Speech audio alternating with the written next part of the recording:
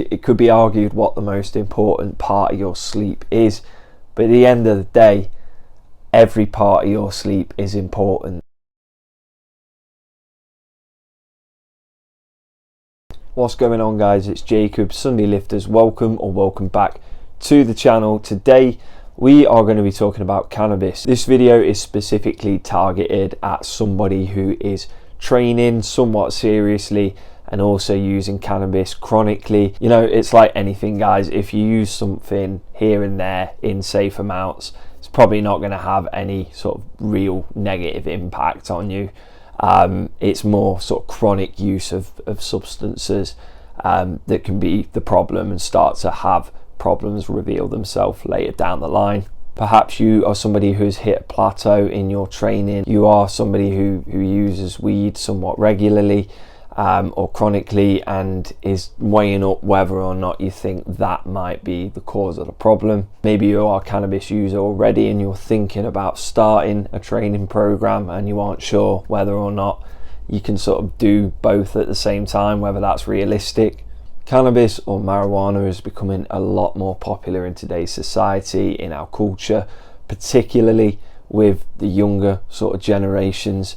It's seen as less of a sort of thing of stigma these days, whether you think that's a good or a bad thing. The point is, it is getting legalized or certainly decriminalized in a lot more countries now, and it is becoming more normalized. So before we go into what cannabis is, what the mechanisms of action are, how it interacts with our body and how it may affect our performance when training, if you could just drop this a like, a comment, and consider subscribing if you're not already, guys. It does help the channel grow and it's hugely appreciated.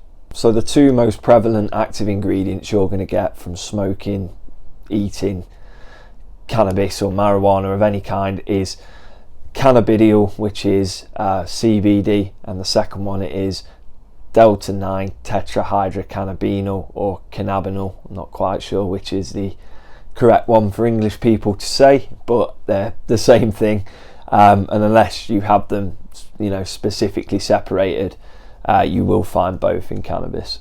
And the most common ways people tend to have marijuana is orally, via eating it or vaping, smoking it.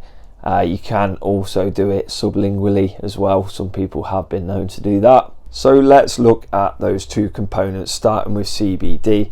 And luckily this won't take long because I'll put on screen a statement by the World Health Organization. I'm paraphrasing because I haven't actually got it up in front of me. I wish I could see it, but it essentially says that in humans there's no cause for concern of sort of dependency and addictiveness to CBD or pure CBD that has been observed so far. That's essentially what I remember it saying. In most parts of the world now, you can just get pure CBD oil and buy it freely over the counter, provided you're 18. It's kind of like tobacco. It doesn't have addictive properties, and it's not the sort of what is considered the psychoactive component of cannabis. We'll get onto that in a minute. But in terms of training and having CBD, if you are somebody who is just having the CBD component of cannabis, then you should be absolutely fine. That there isn't any reason to suspect that that will impact your training. The second component, THC or delta-9 tetrahydrocannabinol, is that what is considered the psychoactive part, is the part that seems to have the addictive properties, and is the part that gives people the feeling that they describe as a high. It is also the THC part of cannabis that tends to make it illegal where it is illegal. We're going to focus on THC in this video sort of moving forward, and the reason is because I think it is the THC part of cannabis that has or could have the negative impact on training and the results you get from your training. So although the end result of you having THC will always kind of be the same, there is a slight difference in what actually happens and how you get to that end result depending on whether you take it orally or not. Again, when I say orally, I do just mean sort of eating cannabis, basically, whether that be straight in its form of the cannabis plant, or if you had edibles, either way, whether you consume it. So when you smoke, vape, or take sort of THC oil sublingually, for those who don't know, sublingual absorption just means using the underside part of the tongue. That is a semi-permeable layer of skin that anything that is lipophilic can infiltrate and get through, i.e. THC will go through the semi-permeable layer of skin, will bypass the capillaries and go straight into the bloodstream. Once in the bloodstream, it will bypass the first pass of metabolism, essentially bypassing the blood-brain barrier unaffected, and there it can freely bind with the cannabinoid receptors in our brain. What happens when you eat it, or you take it orally in the form of a brownie or just swallowing the plant, you only absorb 20%. It only has 20% bioavailability of what it would do if you smoked it or sort of did it sublingually. However, because it doesn't bypass the liver, it has to go through the process of a first pass metabolism. It gets turned into its active, that 20% gets turned into its active metabolite, which is 11-hydroxy THC. It is no longer sort of delta 9 tetrahydrocannabinol. The 11-hydroxy version, the active metabolite, is way more potent than the sort of standard THC that you would have through smoking, and that is why, despite the 20% absorption rate, it feels, if anyone's ever done edibles, you probably know it hits a lot harder and it lasts a lot longer. However you decide to do it, whether it's smoking it, sublingual, oral, the end result is the same, like I said earlier. And what that end result is, THC is sort of molecularly similar enough to our endogenous cannabinoids that we produce in the body, specifically anandamide, and it will bind, the THC will bind preferably to the cannabinoid receptors over anandamide, and then once they're there, they sort of will have the neurotransmitting response that anandamide would normally, that affects the nervous system. The problem with doing that sort of thing constantly, allowing that sort of neurotransmission to the nervous system to happen, is it can sort of have serious effects on the brain over long periods of time.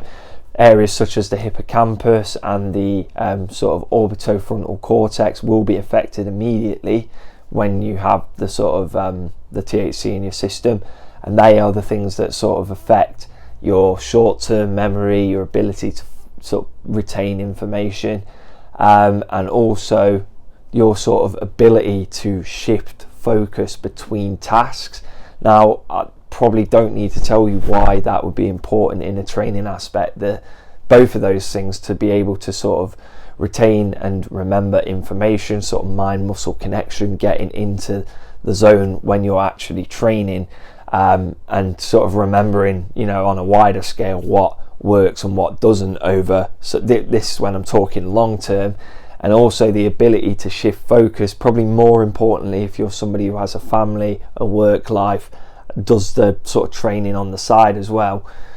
You need to be able to sort of switch between those roles, whether it be like, you know, being a family person for an hour or two, going to do a shit hour, I was going to say 6-hour shift at work, or a shift hour 6 at work. You need to be able to then have the energy and the mental capacity to shift your focus from the work to the gym and your training. So those things that the hippocampus and the orbitofrontal cortex regulate and are responsible for, if they are not working properly over time, you can absolutely see why that might affect your training negatively. Other areas that THC interferes with are the basal ganglia and the cerebellum in the brain. Both of those are sort of responsible for things like your reaction times, your posture, your sort of coordination, balance, those kinds of things. And it really goes without saying why that would be a negative thing to sort of mess with or impact when it comes to training. And the final area I'm going to cover that I think THC has a negative impact on, and the literature would back up, is sleep, or more specifically REM or REM sleep. You know, we always, in this fitness space, everyone always bangs on about how important getting sleep is, the sort of 7 to 8 hours that we need, having a sort of good circadian rhythm, having that all in check for metabolism, hormone production, recovery, the list goes on, guys. And you know, it could be argued what the most important part of your sleep is, but at the end of the day, every part of your sleep is important. That's, you know, there'd be no biological need for us to have different parts of our sleep cycle if they didn't do different things. REM sleep in particular seems to be, you know, very prevalently linked to our mental health status long term. Again, if you're not getting REM sleep, it could have negative impacts on your sort of anxiety levels, your susceptibility to development of things like depression, and the thing is as well, guys, it's like it sort of is the part of your sleep when you dream. It's when you sort of mentally flesh things out from the day you've had and sort of mentally fortify yourself for the day that's coming. So REM is really important. There's still a lot of work that needs to be done in terms of studying how THC affects our sleep long term. However, out of the data we do have, if you pull it all together, you could say there is already a consensus that we know it has a negative impact long term. And I personally think the sort of problems you will face with any sort of negative impact to your sleep is when it comes to training, it will be your capacity, your workload capacity, and also how you perceive effort. So, you know, you might think you're doing all right as a chronic weed smoker and still hitting the gym at a very high sort of work level and capacity, and maybe you are. I'm not saying that you're not, but could you be doing more? Would you feel less mentally tired if you weren't chronically having these sort of interferences with these different parts of your brain through your exposure to THC? And moreover, from a physical aspect, you can see from the study I'll pop on screen that there was actually a study in rodents that showed that from a hormonal perspective, there was less IGF-1 in the major muscles of the rat's legs when they were sleep deprived. So, you know, IGF-1, growth hormone, things like that we produce in our sleep. Again, if you start interfering with your sleep, it will have a downstream negative effect on those sort of processes that produce hormones. And again, from a training perspective, it will mean things like IGF-1, testosterone, growth hormone will be affected if your sleep is negatively affected. These are all things you really want to try and maximize on as a natural. You know, if you're using those things exogenously, you ain't got to worry about it as much, but as a natural, sleep optimization from a hormone standpoint alone is really important. So I'm going to wrap that up here, guys. Hopefully you found this video useful. Like I say, this isn't a you should not do weed video. This is a, you know, it's more of a, if you are somebody who is training and you're worried that sort of chronic cannabis use might be affecting it, these are just some things to consider. You know, it's likely it is affecting it if you're not somebody who's performing at a super high level or competing in competitions or anything like that. Maybe the trade-off isn't worth it. Maybe you think, I don't mind that I'm not sort of optimizing everything because I enjoy doing it, and that's absolutely fine. I'm not here to say do or don't, but if you are someone trying to take your training to the next level and you are worried about this, it is something you need to consider. Maybe I'll do a video as well. I haven't looked into it, if I'm totally honest, but there's a thing about sort of marijuana and gynecomastia development, and I have no idea if that's true or false. I really don't, so I can't comment on it, but I'll have a look into that as well. But even from a viewpoint of gynecomastia development, whether that be true or not, these are the things that I think are of main concern, particularly to natural athletes or people who are going to the gym. More than anything, if you are somebody who does use marijuana or cannabis chronically, just ask yourself the question, is it one of those where it's like you think you've got your shit together, you're doing really well at the gym, and maybe you are, but could you be doing better or more without that? and is the trade-off worth it? Like I say, questions that only you can answer, but hopefully this video did help provide some information that will help you come to a conclusion in that decision. Thanks again for tuning in, guys. If you haven't already, if you could drop this a like, a comment, and consider subscribing, it really helps this channel. Leave us a comment and just let me know, do you agree, disagree? Is there anything you think I should have included on this? Always interested in sort of listening to what you guys say and improving where I can. If you want to keep up to date with all the things I'm doing, you can go on my socials. It's at Sunday Lifters on Facebook, Instagram and TikTok, and you can email me at sundaylifters@gmail.com for workout plans, coaching and sponsorships. I will see you back here again next week.